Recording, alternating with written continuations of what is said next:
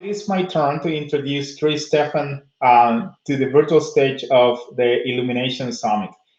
Chris is a great friend, is a cybersecurity operator, a cybersecurity designer, and visionary. Chris, welcome to the Illumination Summit. How are you today? I'm doing great, Ricardo. Nice to be here. Thanks.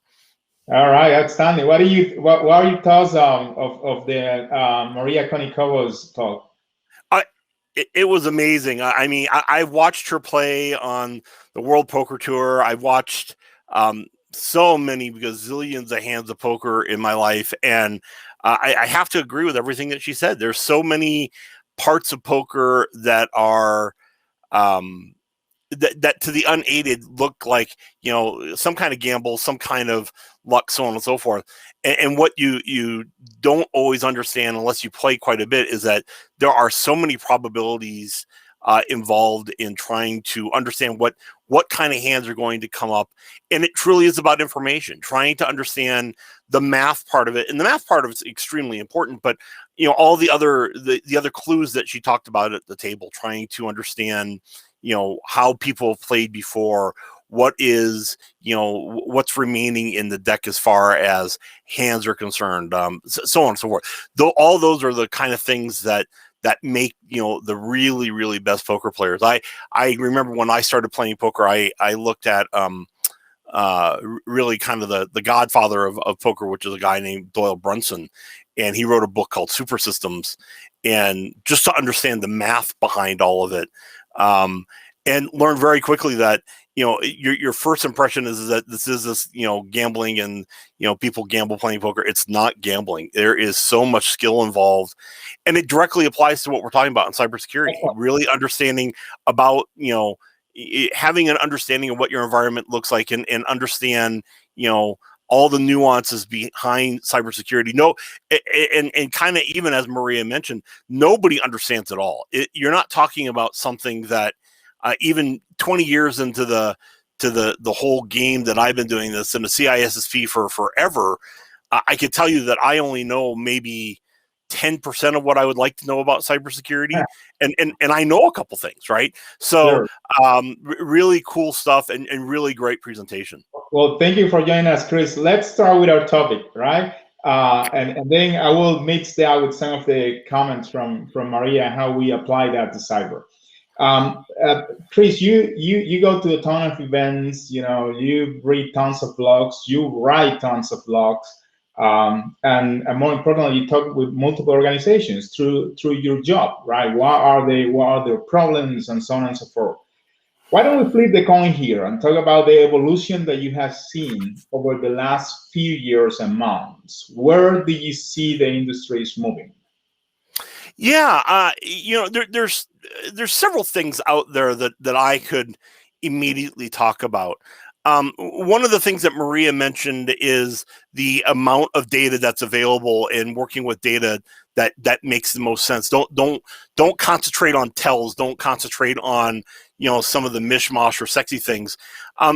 Vendors out there are finally concentrating on providing what I consider to be actionable data, and not just data overload. It got to a point where you had a time where there are literally just, oh my goodness, tons and tons of data from your sim systems, so on and so forth. And as that guy, that practitioner that's been the, you know, firewall manager, so on and so forth, you know that you could sit there and have a team of 20 reviewing firewall logs every day and still not find the right answer.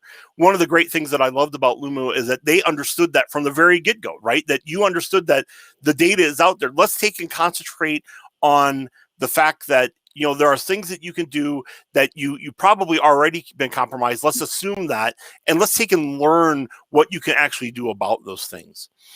One of the other things that I see is that, you know, we're obviously all affected by the pandemic in one way or the other, and one of the things that has been a problem in the cybersecurity industry for a while is this lack of talent.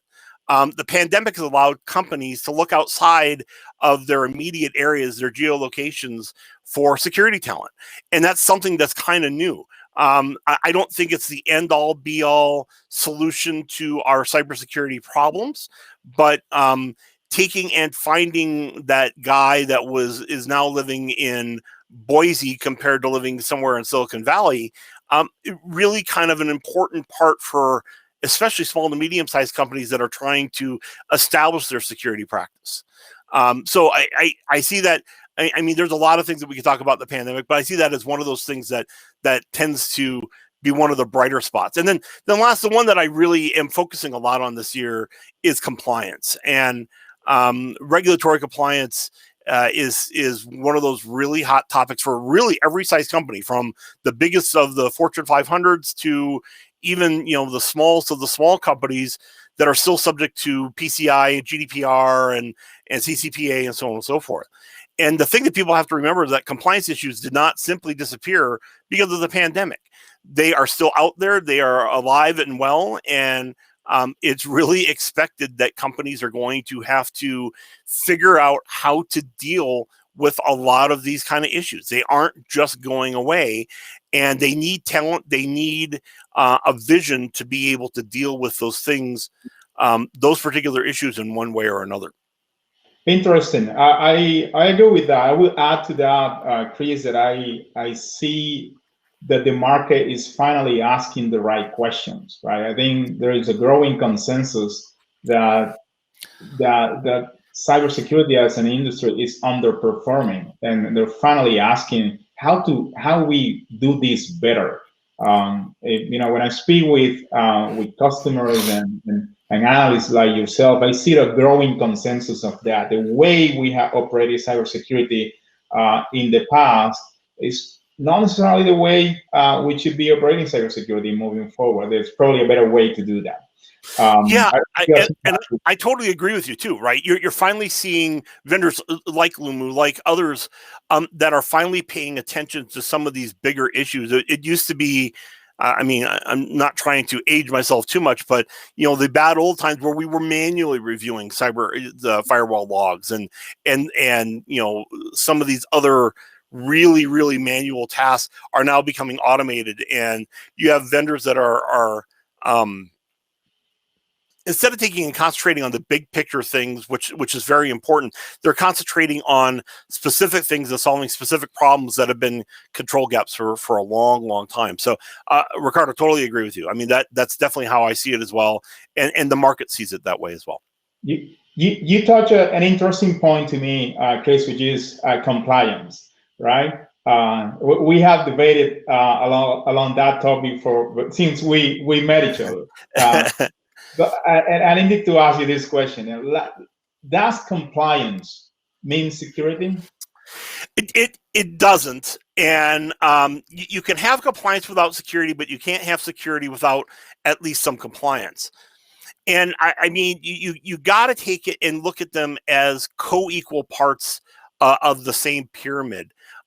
They are definitely one of those things that the security teams need to be concentrating on, but it's also one of those things that a security team needs to understand the business value of what they bring to the organization, and a lot of times that is compliance. Most security professionals see that compliance and security go hand in hand and complement in areas where they fall short. The other thing that I'd like to say is that security does not necessarily equal compliance, and compliance does not necessarily equal security. And we've all heard, and I don't think I'm telling anybody on this call or on this webinar anything that they don't know, but there's plenty of checkbox compliance still going out there. And if you believe that checkbox compliance is the best practice for you to have security in your organization, I got another thing to tell you. You got a lot more to do. I'm always really scared about the companies, and I just did a survey not that long ago where 85% of the people surveyed believe that the compliance that they had addressed through the PCI standard was the best practice that they needed to secure their enterprise. As security professionals, we realize that is really not the case. That's a baseline. That's a bare minimum of what you need to do. And so I think we have a lot of education to do in that area. I know that you've done a lot of that. I've done a lot of that through evangelism. And it's one of those things where it is constantly it's constantly top of mind for me. It's one of the reasons that we're talking today. It's one of the reasons that I do what I do. I want to focus and highlight the companies that are doing the right thing, that are really going to help us get to kind of that next step, and really understand and get the end users to understand the importance of security. Is it probably, Chris, because is it probably that compliance is the easier way to get into the boardroom with a cybersecurity topic? Do you see it that way, or? It is. The biggest driver for security spending today is still compliance related. So if you're a vendor out there, a security vendor, and you're looking to try to make headways with an enterprise, when you're starting to talk about the different personas that you need to engage, the compliance division, the risk division is definitely something that you need to understand. But you can't exclude the security professionals either, right? And so just like in any particular sale, you have 5 people in the room, and all 5 people have different priorities. Even in an organization, you have 2 or 3 or 4 or 5 or 10 silos, and each of those silos has a different priority as to what's important.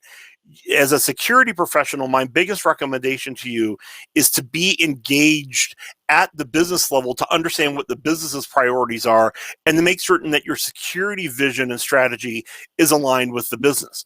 The business is going to have their strategy, whether you like it as a security guy or not. And eventually, if you don't align with their strategy, you won't be part of that business anymore. Absolutely. So it's really critical.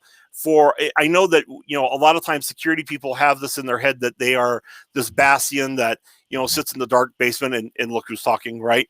But at the same time, it's really important to engage in the business and talk with people in the business about what their priorities are. Make certain that your security initiatives are aligned that way. But then as a vendor, when you're talking to the business, to exclude compliance or exclude security and not include them both is a mistake. You do need to include them both. Your approach may be a little different, but you do need to include both of them.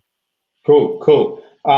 Now, Chris, there's so many vendors in the market, right? When I was starting this company, one of the things that I was thinking is, does it make sense to start just another cybersecurity company? We can talk later about that. But with so many vendors in the market, how do you recommend CISOs to keep up? How do you know what is what? How do you keep up with all the vendors that are in the market and understanding who does what and if they really do it? Yeah, it's a challenge. It's a challenge for me every day. As you well know, personally, I don't sleep hardly at all.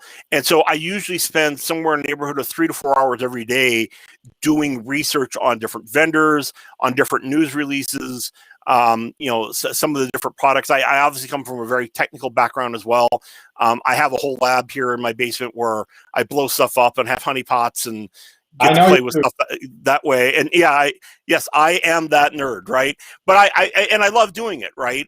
And then I have the opportunity to talk to dozens, if not hundreds, of people a week on various security topics, on what their marketing is, what their new things are going on. So basically, when it's all said and done, I take and look at lots of reading, lots of talking, lots of networking as being really the way for a CISO and operators in general to kind of try to keep up with what's going on. You really can't do enough research. And then just when you think that you've done enough in that area, as I was just mentioning before, after you've mastered everything that there is about cybersecurity, and by the way, when you do that, I got a job for you. But once you do that, then you need to master everything that's going on in the business too. And I have always found that in my various practitioner positions, that understanding and really involving myself in the day-to-day operation of the business made me that much better of an IT practitioner and a security analyst and a security operator, because I really understood what the priorities were. I understood where some of the gaps were going to be. I understood what the strategy was going to look like. Interesting. Now, while we were preparing for this summit, and I said at the beginning, when my team brought this topic to me, and this analogy of poker and cybersecurity, I wasn't into it because of poker and luck and all that. And I'm sure you and I agree that in cybersecurity it's not about luck. But I read The Biggest Bluff, from Maria Kayos. It's an amazing book, and I cannot pass the opportunity to ask you, what's the biggest bluff that you have seen or hear from vendors? Yeah. um, there's been so many out there. I'll start by saying basically vaporware is a real thing, and we all have experienced it. It is absolutely out there, and those veteran security folks on the people that you're presenting to, they're going to call you on it. And I have many times. You get a company out there that overpromises and underdelivers, which is basically the definition of vaporware, and they're faking it before they make it. And as a business today, well, let's step back. So, a decade ago, I guess it might have been possible to take and do something like that. But as you well know, and I have a question for you after this, as you well know, when you take and look at the companies that you've built and the companies that are established out there, the fast-moving pace of security in this day and age, I can't wait for you to make it. I need something demonstrable. I need something that you can take and implement and apply immediately, and I need it to be a productive return on investment on day one, not day 2, not day 10. I need you to solve that problem tomorrow, because I don't need you to solve that problem next week. I literally need 24 hours from now that problem to be solved, because that's the critical nature of it. So when you see the lot of the different vendor bluffs that are out there, I've seen so many. I'm not going to trash anybody out there in the grand scheme of things, but boy, they sure are out there in the grand scheme of things. But that leads me to my question for you, and it's a question that you and I have talked about a number of different times. When you consider that, when you consider the absolute high speed nature of security and the kind of companies that are out there that need to exist, and the fact that for whatever reason, you seem to keep on doing this. What drives you to do this? What drives you, my friend RV, insanity that you are, to keep on setting up fantastic and successful security companies over and over again? Well, thank you for the question, Chris. Like you, I'm very curious, right? And I like to understand how things work.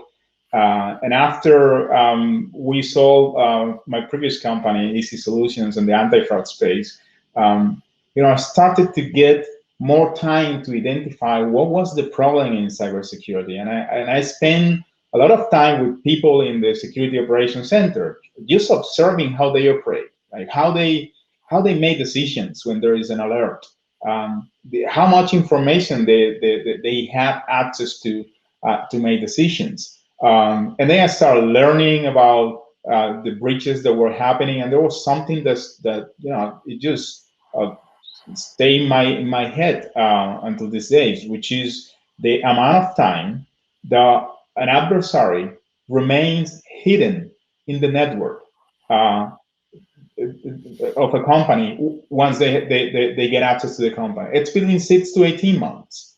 There are cases where the adversary have been years within an enterprise network. Imagine that in the physical world, right? Imagine that someone gets into a basement and gets hidden 6 months. You don't notice it. It doesn't make sense, right? We don't even believe that that's possible. Well, that's what's happening in today's networks. Adversaries are hidden, and all the layers of security and you name it are unable to identify.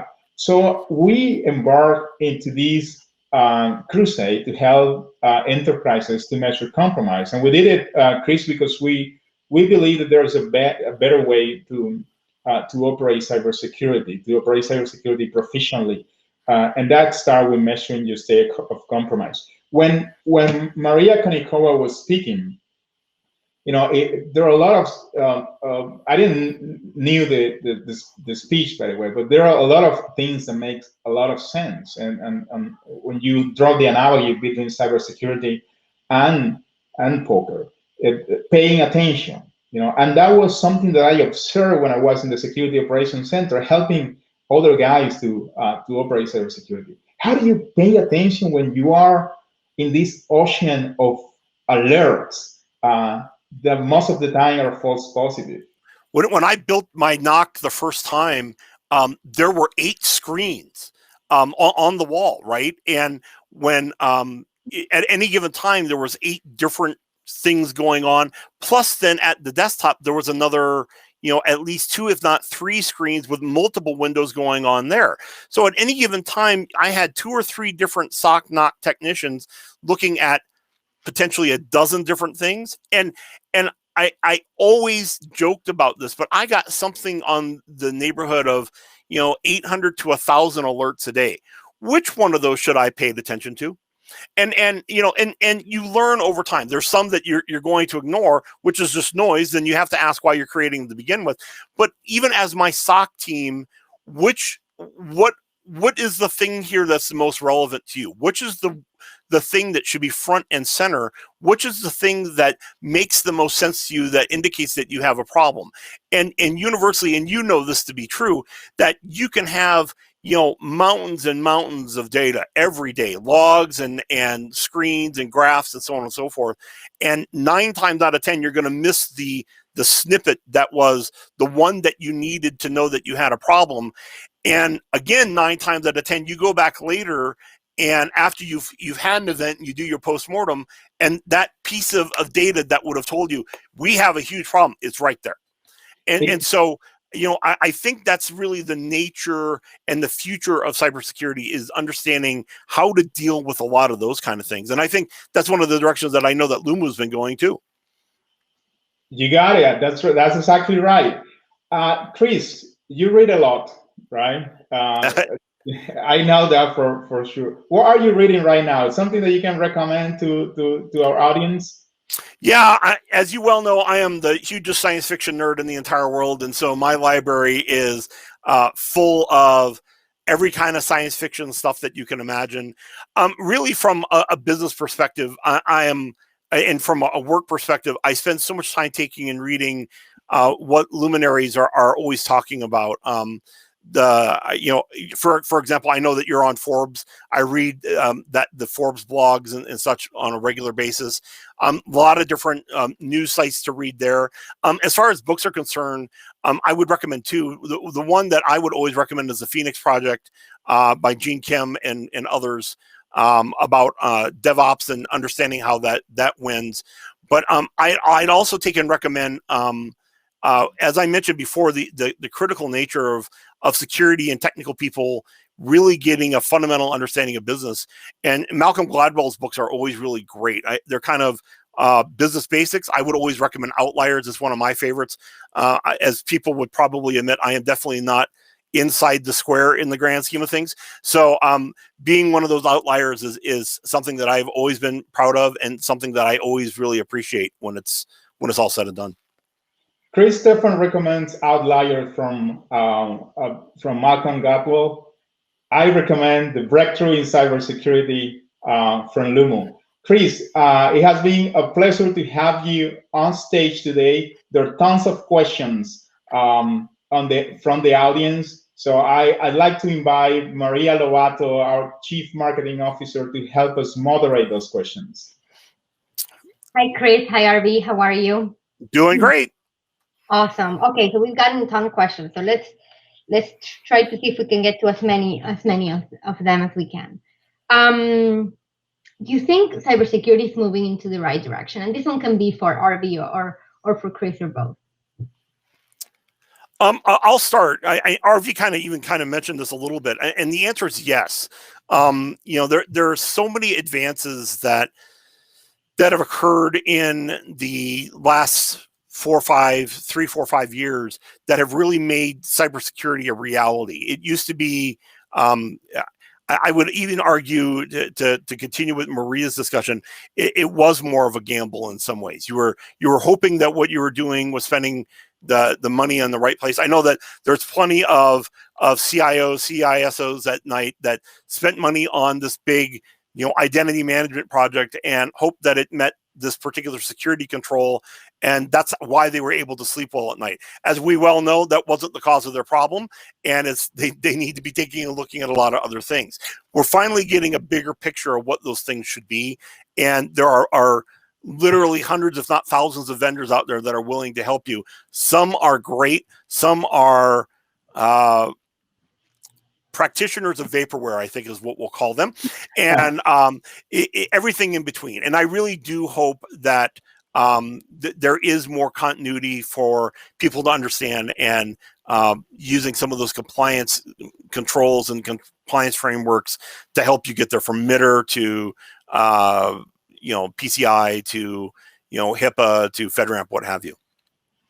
I think, Maria, that the industry and the customers are asking the right questions, right? They are less, I guess they're accepting less the truth, the absolute truth that the vendors are bringing, and they're more skeptical about the value that every vendor is bringing to the table, as they should, right? Because of the issues that are happening out there. And that's one of the reasons why at Lumo, we build this technology that we give to enterprises, and we put them in the driver's seat. Use it, identify if it adds value to you, and if it adds value to you, we come back and talk and define the next steps. So the industry is asking the right questions. They kind of resonate with what Maria was saying too, about focusing on the process instead of just the outcome. If you manage the process correctly, the outcome would be right there. And Lumo helps enterprises to do that. We measure the outcome and we adjust your process to ensure that you aim to the ideal state in cybersecurity, which in our view is a state of zero compromises. Beautiful. So next question. This is a twofold question. What is the biggest or baddest data breach that you have seen over the last year, 20 months or so? And what is the next one? The worst one that personally drove me the most nuts, only because I had a lot of background in that industry, was the breach that we saw with Equifax. Basically, of the three of us that are sitting here in this window, two of us likely lost their data because of that breach. And it really does talk to these big organizations being better stewards with our data. And in that particular case, it isn't like we're talking about my email was lost. We're talking about all of my financial records were lost. So yeah, it is really concerning. I know that they've taken steps to mitigate those things, but the next breach, to your question, is likely to be along the same lines. It is the organization, and this is one that particularly bothers me too, the organization that is relatively new to the cloud, that truly does not understand the shared responsibility model in cloud computing, that believes that Amazon or Azure folks, Microsoft folks, are responsible for security, and they just aren't. 99.9% of the breaches that you see out there that are cloud related are due to a failure of the shared responsibility model. But even in the latest survey that I did, a full third of the companies that I surveyed believed that AWS or Azure was responsible for security in the environments that they put their data up into. And so this is something that's a problem in our industry. It's something that we need to continue to evangelize and talk about. And that, without knowing exactly where, the next big breach is going to be, again, something like that. Somebody who truly did not understand what shared responsibility means and left a default name or password, or, heaven forbid, completely unsecured data set out in some kind of cloud that will breach hundreds of thousands, not millions of people. All right, RB, any thoughts on this?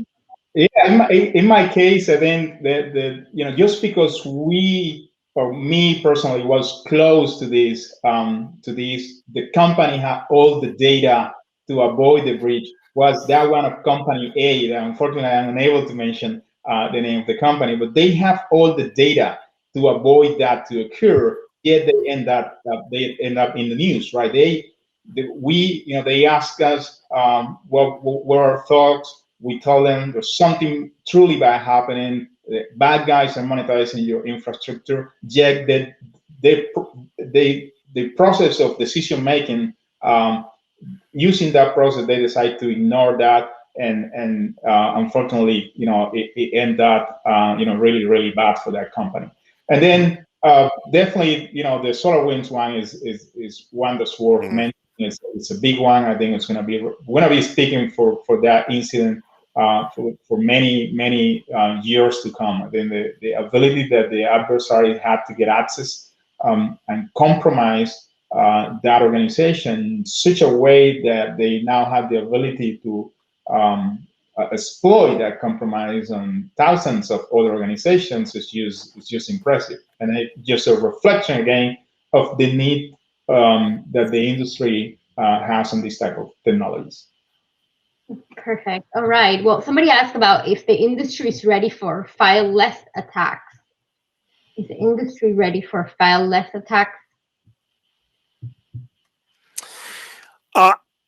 The answer is always no. The reality is I think this is another one of those examples where the industry, the vendor industry, is going to continue to be playing catch up. I know that there was a Ponymon study not that long ago that talked, about 3/4 of the attacks were fileless of one kind or another, and they're unfortunately they are more likely to exceed.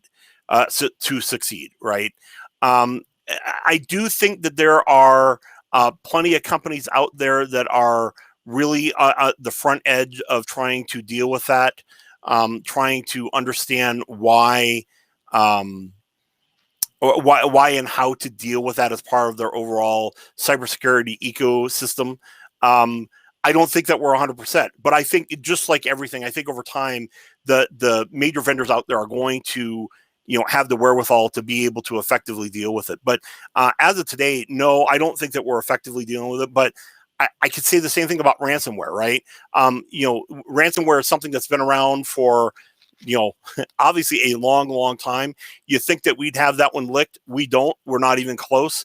Ransomware attacks go up every single year.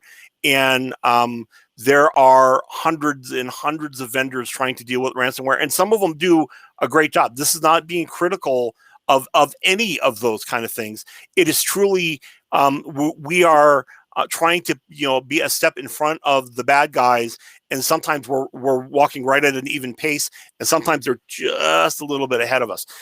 That's why doing this research every day, trying to understand how the bad guys actually operate, going to conferences like DEF CON and B-Sides and so on and so forth, and really understand how some of these attacks are being thwarted, but kind of the mindset of some of the people perpetrating some of them, it's really important. So networking, understanding, evaluation, and research is what really is going to continue to be that. And I hope that that's a good enough answer. It is one of those things that is constantly evolving.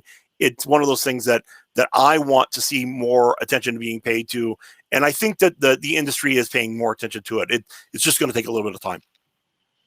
Awesome.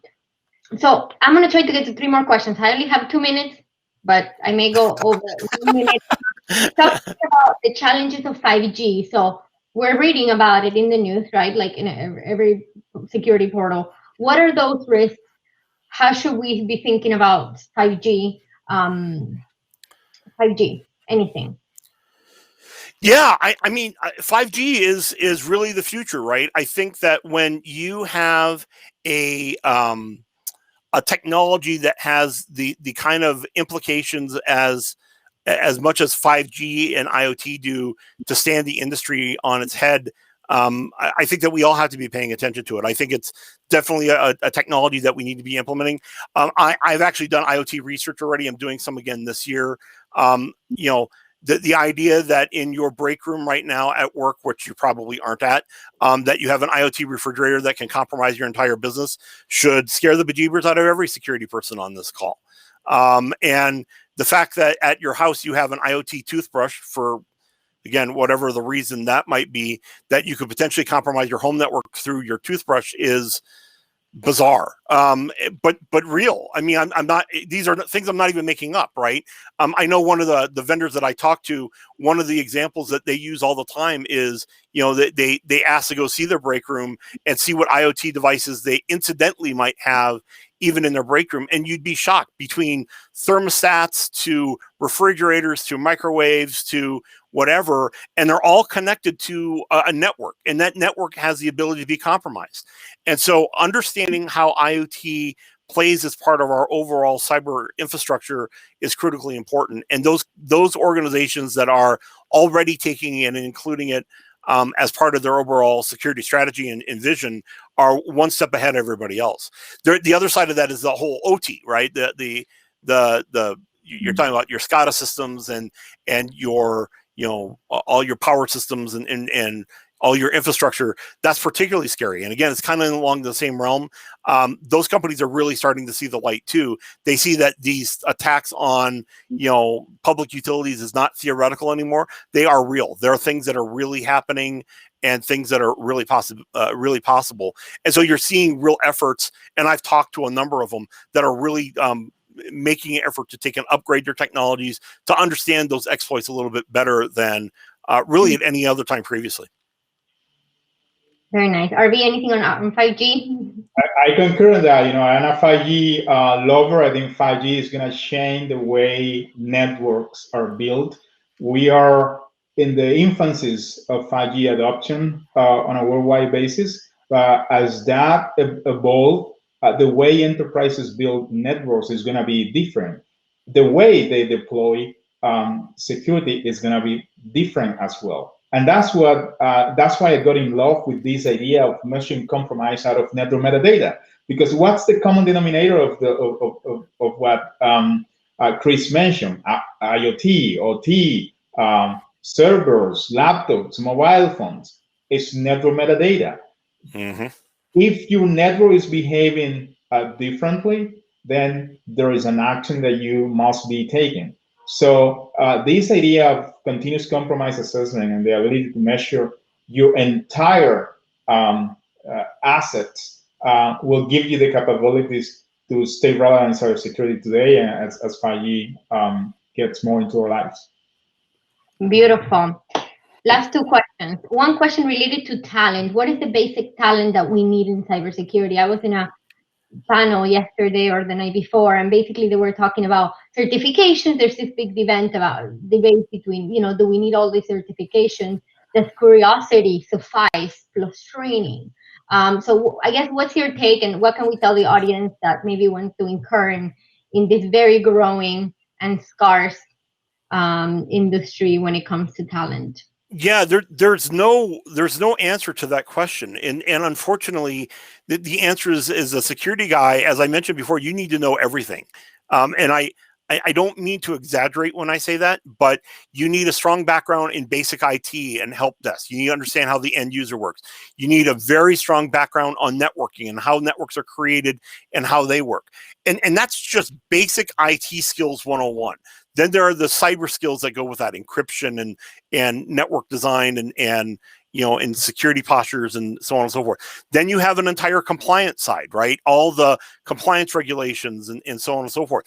Then you have a whole business side, which is legal and risk and governance and so on and so forth.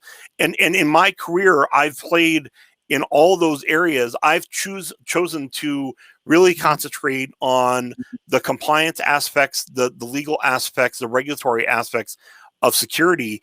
But I could only do that after I learned the 400 billion other things, right? I have 13 technical certifications when it was all said and done.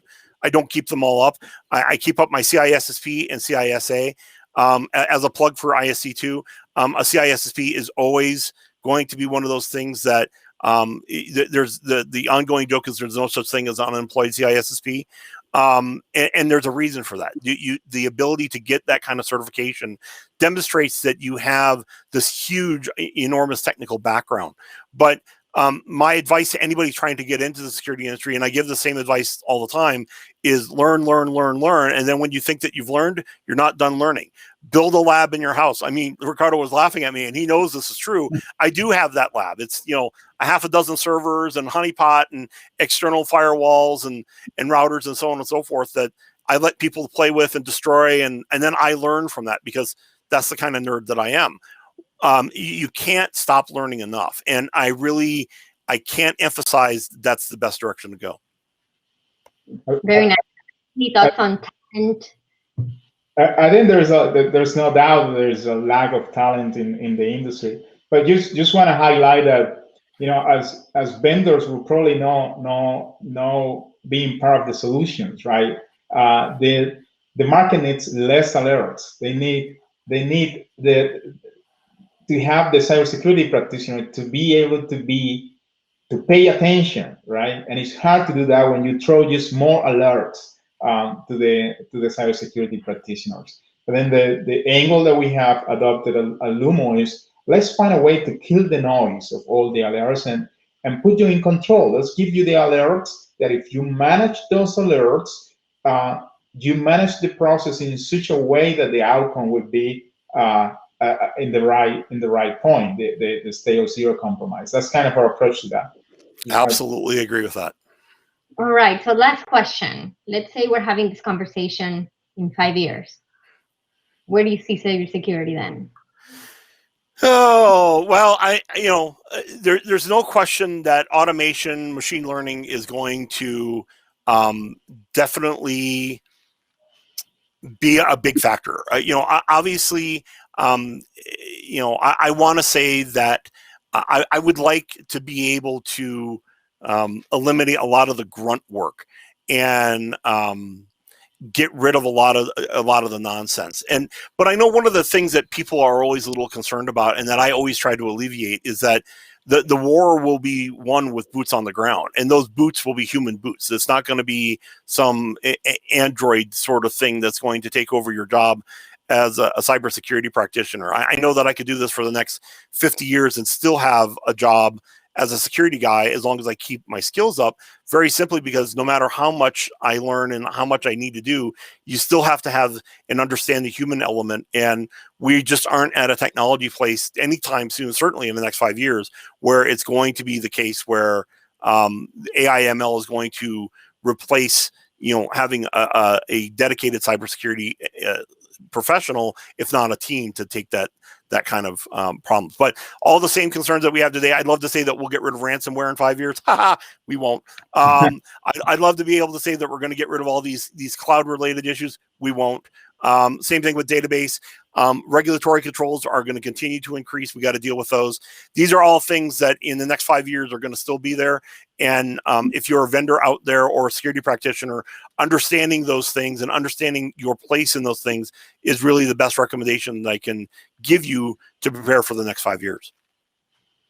From my point of view, Maria, I think we're going to see more enterprises adopting continuous compromise assessment and operating cybersecurity proficiently. I think that's something that we not only dream, but we work at every day, putting those capabilities into the hands of every cybersecurity practitioner and enterprise out there. And number two, we're going to see enterprises more making decisions based on facts as opposed to the noise of the market and the dollars that a vendor spending in marketing. And we're going to see enterprises knowing their state of compromise in real time. Chris, it has been a pleasure to have you on. Thank you very much. Maria, thanks for helping us to moderate this panel.